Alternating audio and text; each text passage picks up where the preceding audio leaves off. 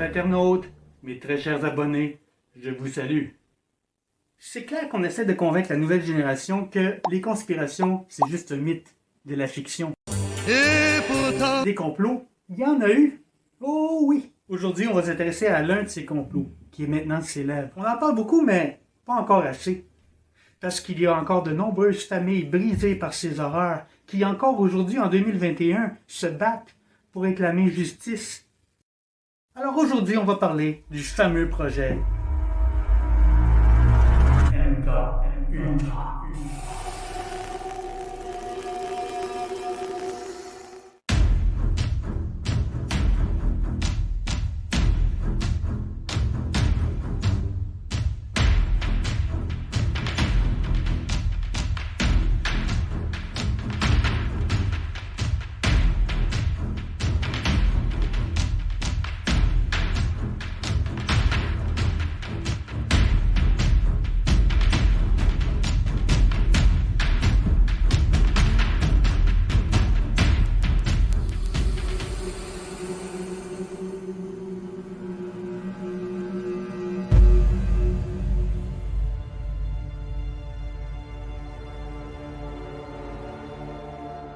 C'est quoi le projet MKUltra?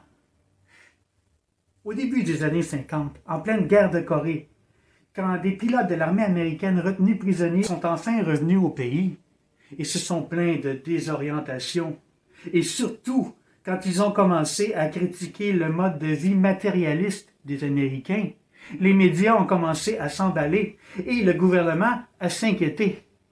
Ils se sont mis en tête que les méchants communistes de l'URSS et de la Chine ont forcément trouvé une méthode quelconque de contrôle mental pour remodeler et contrôler l'esprit des gens, les reprogrammer pour qu'ils fassent de faux aveux, les transformer en marionnettes qui exécuteraient tous les ordres sans en garder le moindre souvenir, autrement dit, de les transformer en tueurs parfaits, indétectables parce qu'insoupçonnables.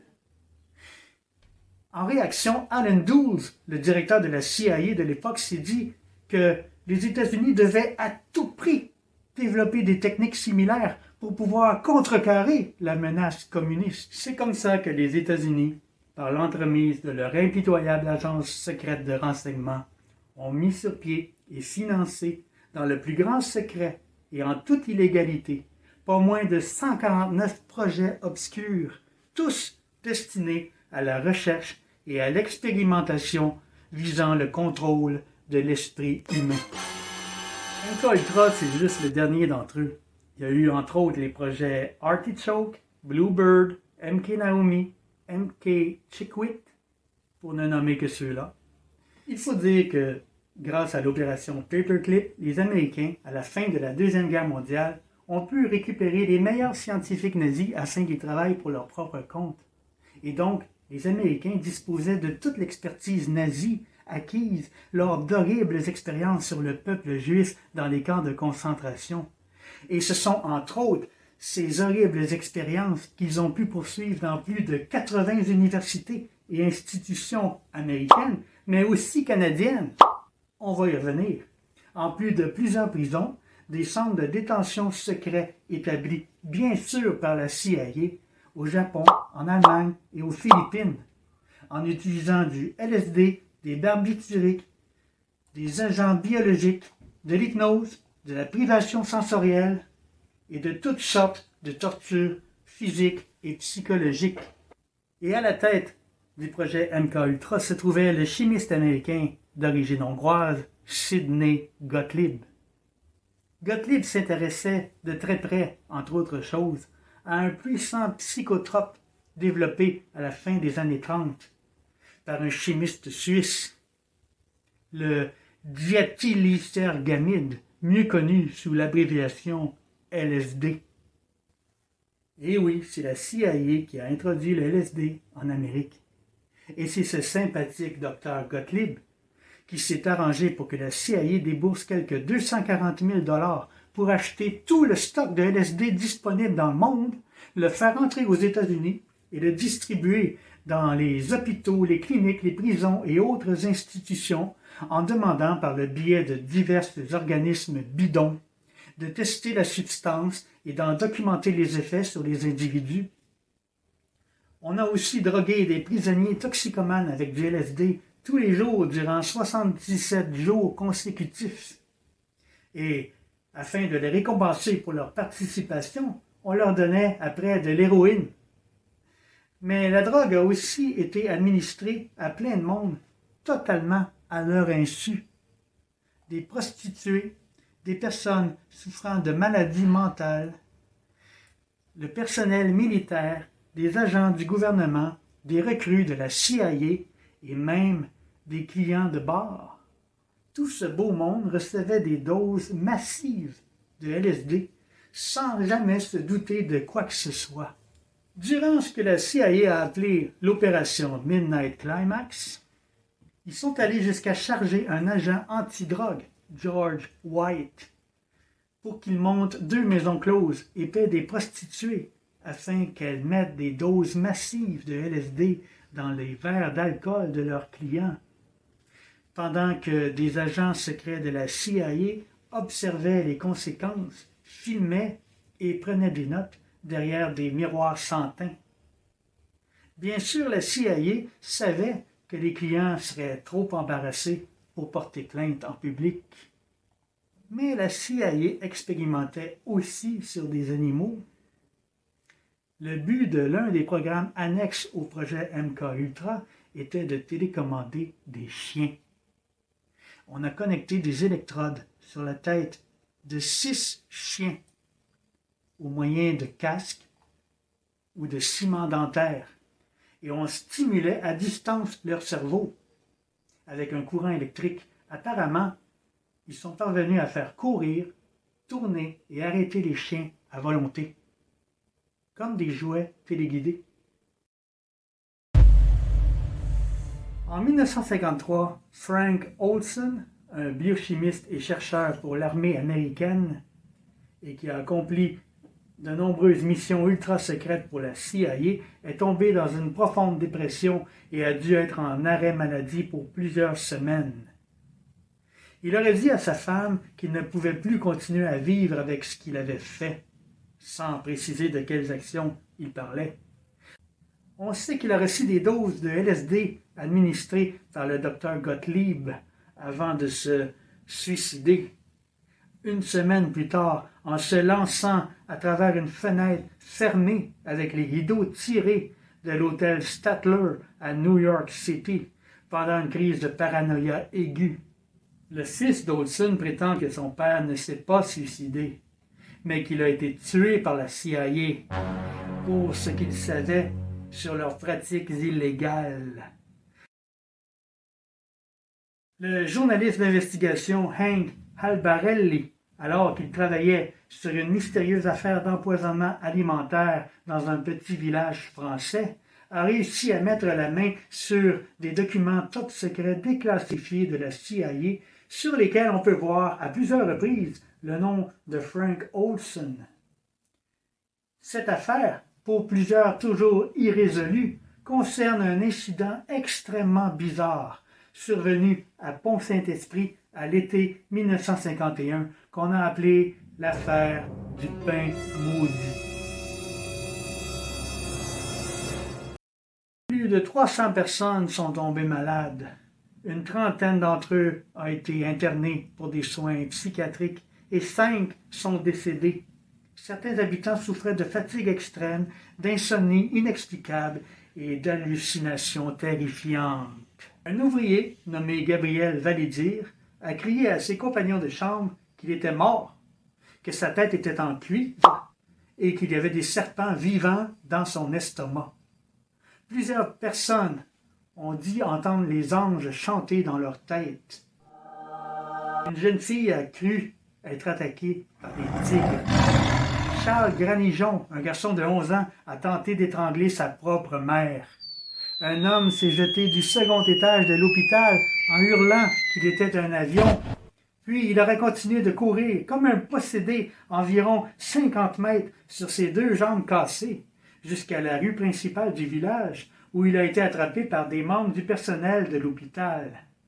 Plusieurs disaient brûler de l'intérieur. On a fini par constater que tous les malades ont consommé du pain provenant du même boulanger. Roch Brillant. Le pauvre homme fut accusé d'avoir préparé du pain contaminé à l'ergot de seigle, un champignon particulièrement toxique pouvant provoquer de violentes crises de folie très semblables aux cas observés. Après avoir subi un interrogatoire particulièrement corsé, le pauvre boulanger a même avoué sa faute pour la satisfaction de tous. Sauf que une analyse du pain a prouvé plus tard qu'il ne contenait en fait aucune trace du champignon en question. Durant l'enquête, officiellement, les autorités ont conclu en un empoisonnement alimentaire dû à de la farine avariée. Mais revenons à Hank Albarelli, notre journaliste enquêteur. Les documents qu'il a réussi à récupérer en 2009, soit environ 60 ans après les événements, l'incident du pain empoisonné y est bel et bien mentionné, de même que le nom de Frank Olson. Hank s'appuie sur le témoignage d'anciens chercheurs de la CIA à Fort Detrick qui lui auraient déclaré que la ville du Gard a subi une pulvérisation aérienne à base de LSD. Cet échec complet, d'après les chercheurs, aurait été suivi par une seconde phase de contamination de produits alimentaires locaux. Selon plusieurs témoignages, Hoffman, le chimiste découvreur du LSD, aurait même publiquement confirmé que l'incident du pain maudit aurait été causé par de la diéthylamide, la substance représentée par le D dans l'abréviation LSD, avant de mystérieusement revenir plus tard sur sa déclaration en disant s'être trompé. Un revirement suspect. On ne saura jamais avec certitude ce qui s'est réellement passé au village du Pont-Saint-Esprit en cet été de 1953, ni ce qui s'est passé dans la tête de Frank Olson. Tout ça reste très suspect et je vous laisse tirer vos propres conclusions, mais pour moi, personnellement, ça ne fait aucun doute qu'il s'agit d'une des expériences sadiques orchestrées par notre cher bon docteur Gottlieb dans le cadre de l'opération MKUltra.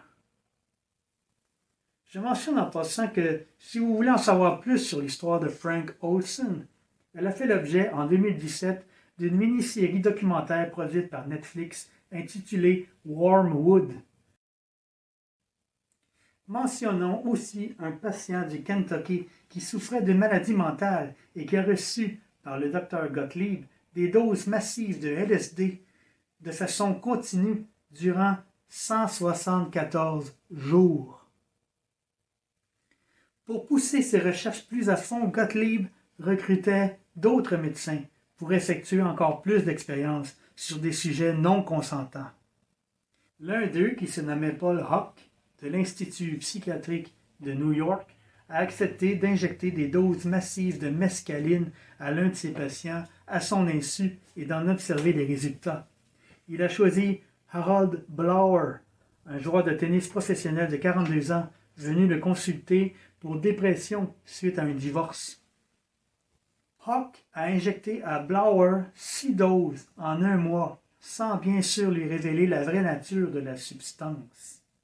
Le patient s'est plaint d'hallucinations, mais bien sûr le bon docteur a insisté pour poursuivre le traitement. Le 8 janvier 1953, Blower a reçu une dose 14 fois plus grosse que les précédentes. Après 6 minutes, il a commencé à se débattre violemment. Au bout de 8 minutes, il était raide mort. La carrière de Gottlieb a finalement pris fin en 1973, quand son patron, le directeur de la CIA, Richard Helms, a été éjecté par le président Richard Nixon. Gottlieb a compris que son tour suivrait peu de temps après. Et surtout que Helms était la seule personne au monde qui avait une vague idée des horreurs qu'il avait commises au nom du gouvernement américain. À l'époque, à cause du scandale du Watergate, cette célèbre affaire d'espionnage incriminant le président Richard Nixon, le Sénat, pressé par la population scandalisée, avait commencé à exiger que la CIA rende des comptes sur ses agissements et rende public ces fameux dossiers cachés. Donc, se sentant dans l'eau chaude, Helms et Gottlieb se sont empressés de détruire toutes les preuves, tous les dossiers de l'affaire, et ils y sont presque parvenus. Seulement un centre d'archives supplémentaire contenant quelques 20 000 documents financiers a été oublié par les deux hommes. C'est pour ça que je dis que ce que l'on sait n'est qu'une infime partie des crimes commis par la CIA. Durant les 20 longues années d'activité du projet MKUltra. Après la déclassification obligatoire des dossiers secrets et les multiples articles des journalistes, la population scandalisée et surtout les familles des victimes ont commencé à exercer de plus en plus de pression et même d'intenter des poursuites pour obtenir des explications et des dédommagements de la part du gouvernement américain. Le docteur Gottlieb, qui s'est poussé juste avant que le scandale éclate, ne sera jamais inquiété d'une quelconque façon et n'aura jamais à répondre de ses actes. Mais finalement, en 1995, le président de l'époque, Bill Clinton, a avoué les crimes commis par la CIA sur la population américaine innocente et a fait des excuses publiques. Mais le fait est que, sur des milliers de personnes abusées par les expérimentations illégales du projet MKUltra, à peine 14 ont été identifiés et monétairement dédommagés. Et pour ceux d'entre vous dont la réaction serait « On sait bien, les Américains, c'est une bande de menteurs, d'hypocrites de merde, et blablabla bla, », eh bien, dites-vous bien que notre cher pays, le Canada, n'est pas en reste. Et je dirais même qu'il est encore pire, grâce au sinistre et dément docteur Donald Ewan Cameron.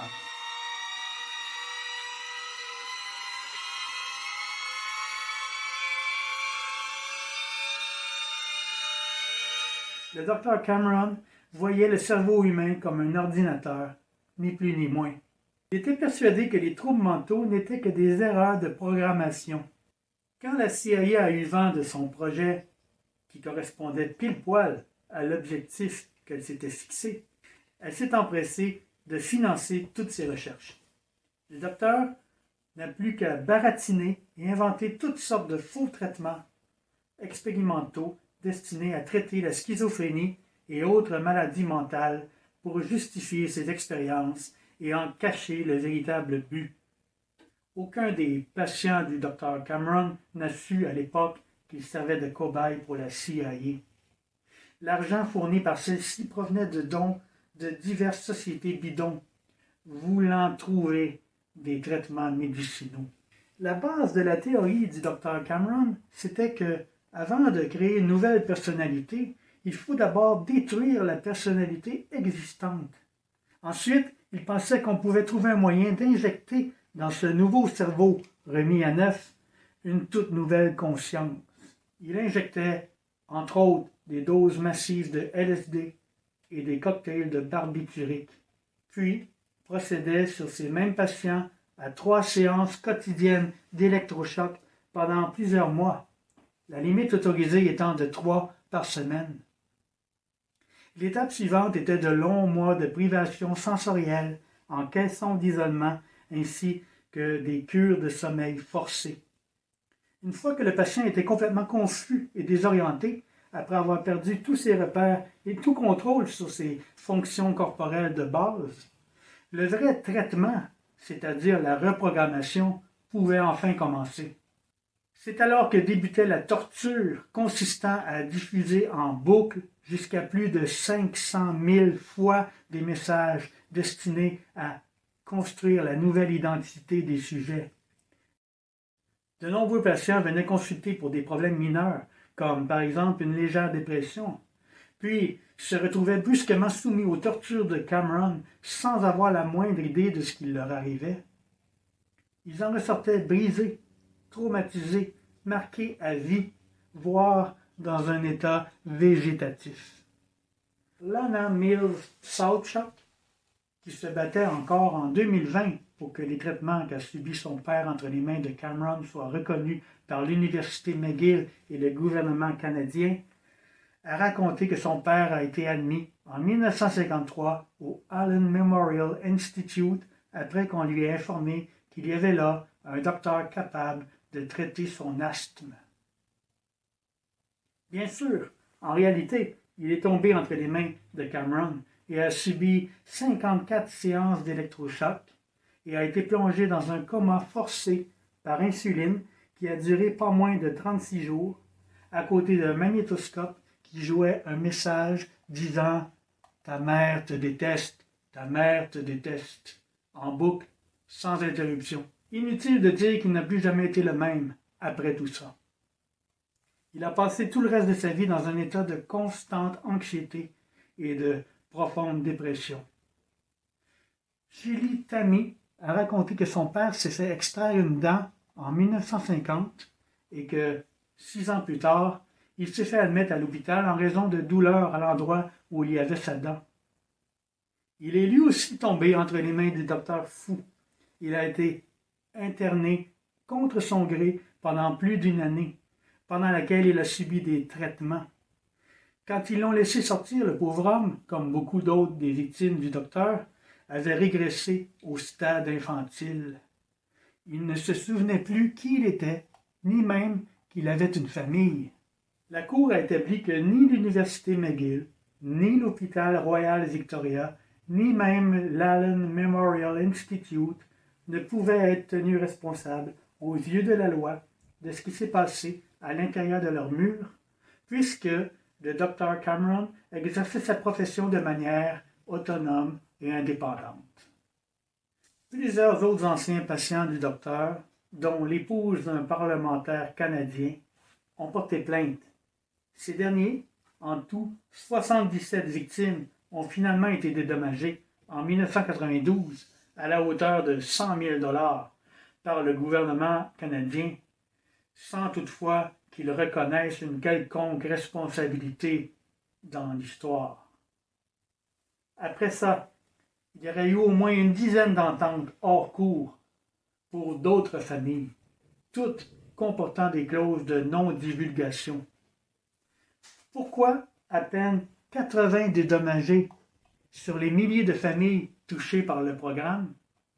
Tout simplement parce que l'état des autres victimes a été jugé pas suffisamment grave. Autrement dit, toutes les autres victimes qui sont encore capables de parler ou d'utiliser les toilettes, même s'ils souffrent de profonds traumas et que leur vie ainsi que celle de leur famille sont brisées pour toujours, comptent pour du beurre. Le gouvernement leur dit « Allez vous faire foutre, on n'en a rien à branler ». Le Dr Cameron est décédé d'une attaque cardiaque en 1967 à l'âge de 65 ans sans jamais avoir à répondre de ses actes devant quiconque. Au moment de sa mort, il était toujours un éminent psychiatre adulé et respecté par tous ses confrères. Plusieurs des victimes du docteur Sadiq demandent encore aujourd'hui la permission à la Cour d'intenter un recours collectif contre l'Allen Memorial, l'Université McGill et le gouvernement du Canada. La dernière nouvelle que j'ai trouvée sur le net concernant une poursuite en cour supérieure établissait une rencontre entre les familles des victimes et des représentants du gouvernement pour le 18 mai de cette année. Est-ce que la rencontre a eu lieu? Est-ce qu'une décision d'un juge de la Cour supérieure a été rendue? Pas moyen d'en trouver la moindre trace.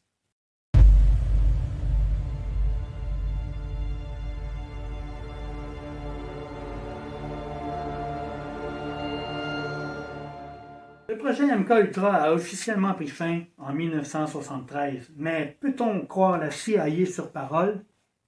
Un organisme comme la CIA, capable de torturer des citoyens innocents, des malades en situation de vulnérabilité, sans le moindre remords, à l'insu de la population pendant des dizaines d'années, dont les seuls projets top secrets dont nous connaissons l'existence ne nous ont été révélés que accidentellement. Imaginons qu'ils aient pris la décision de poursuivre leurs expérimentations pour le contrôle de l'esprit. Pensez-vous sérieusement qu'ils nous en auraient informés? Imaginez qu'on ait continué en secret les expérimentations sur le contrôle de l'esprit depuis les années 50 jusqu'à aujourd'hui. Où en serait-on aujourd'hui, en 2021? Ne pensez-vous pas que les réseaux sociaux jumelés à la technologie cellulaire semblent des outils parfaits pour le contrôle des masses? Je veux dire, regardez-nous aujourd'hui et osez dire que nous ne sommes pas sous contrôle. Mais revenons au concept du parfait assassin, celui qui ignore qu'il a commis un meurtre. Un pauvre citoyen qui aurait été momentanément téléguidé pour exécuter un assassinat, puis serait revenu à lui après coup, ne comprenant rien à ce qui lui arrive. Ce concept, qui a fait l'objet d'un film célèbre qui date de 1962, The Manchurian Candidate, un crime dans la tête, et d'un remake en 2004, Le candidat Manchu, est-ce que c'est aussi impossible que ça semble l'être? Dans la vidéo que vous êtes sur le point de voir, en 1963, le docteur José Delgado, dans un ranch en Espagne, parvient à stopper un taureau en train de charger simplement en appuyant sur le bouton d'une télécommande. Ce même scientifique a aussi téléguidé des singes, des chats et même des êtres humains.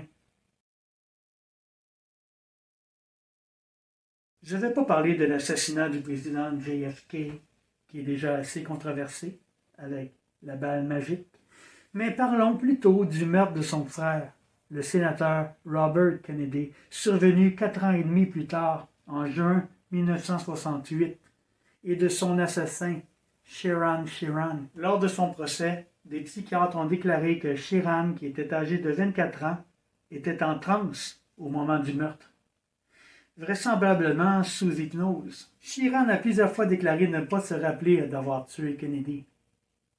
Même tout récemment, après 53 ans passés en prison, alors qu'on lui avait refusé 15 fois sa demande de libération, quand on la lui a finalement accordée le 27 août 2021, il a répété qu'il ne se souvenait pas d'avoir tiré sur le sénateur. L'hypothèse de l'hypnose ou d'un autre procédé de contrôle mental temporaire ne peut définitivement pas être exclue. Peut-être pas pour l'assassinat, mais au moins pour faire diversion. En janvier 2012, une expérience a été menée pour une étude par l'Académie nationale des sciences sur l'influence et la contagion émotionnelle induite par les posts sur les réseaux sociaux.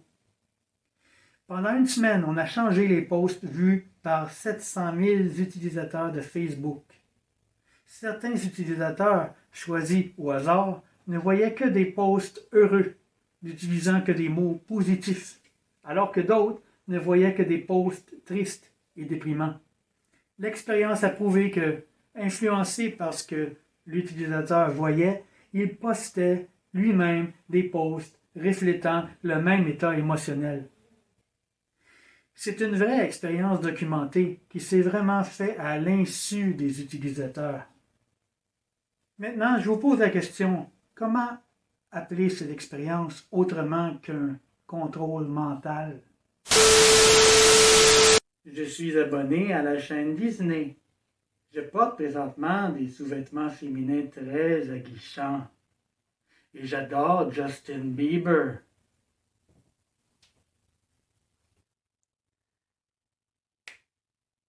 Hey! Alors, ça va? Comment ça va? Ça va bien? Bonjour, bonjour.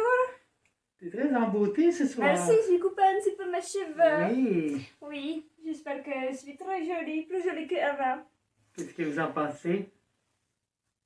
Mais moi, je suis ici parce que moi, j'ai attendu, tu comprends-tu? Oui. J'ai attendu que On des parle travailleurs de parlaient. mind control. Oui, des Oui. décorations super cool. Ah, c'est le décor des conspirations. C'est super bon, là.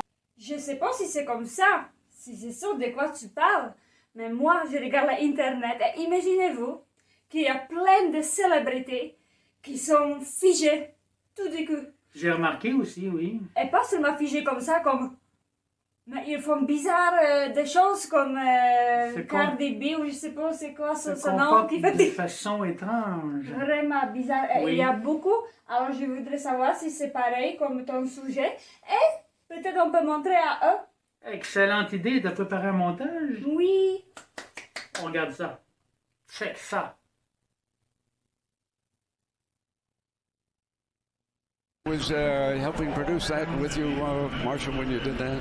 Yeah, sorry. Live TV.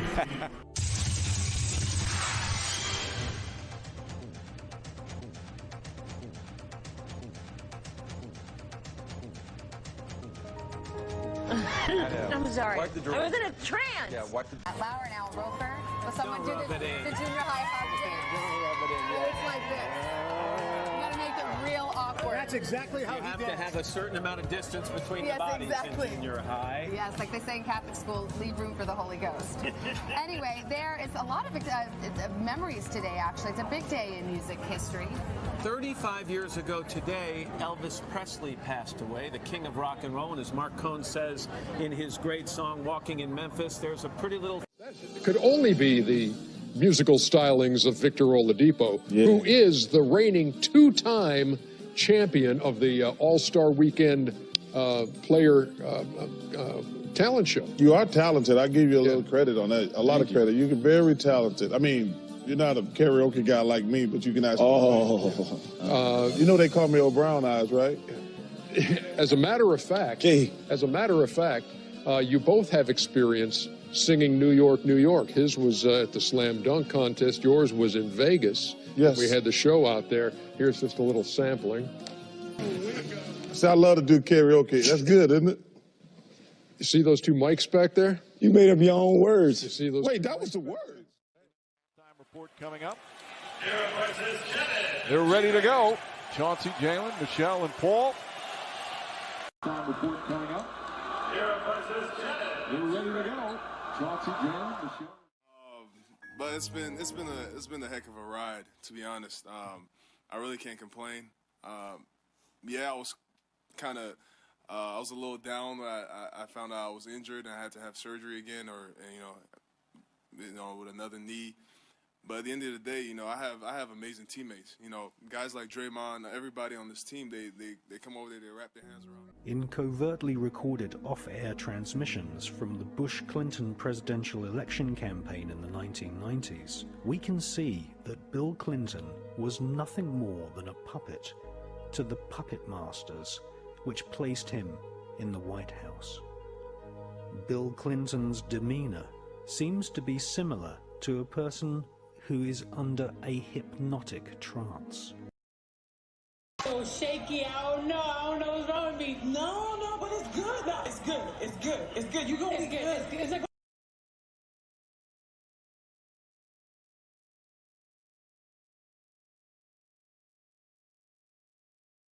Ouais, c'est bizarre.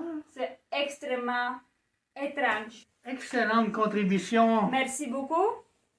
Eh bien voilà, en conclusion, cette vidéo, son but, c'était de vous rappeler que le gouvernement n'est pas toujours là pour notre bien et qu'il nous cache beaucoup de choses depuis toujours. Et qu'il met beaucoup d'efforts pour qu'on reste endormi. Exactement. Alors, restez alerte. Éteignez votre smartphone et commencez à penser par vous-même. Oui, comme abonné, pouce bleu, commentaire extraordinaire. On va continuer de vous dire la vérité tout en vous distrayant. Exactement. Ciao. Ciao. À la prochaine.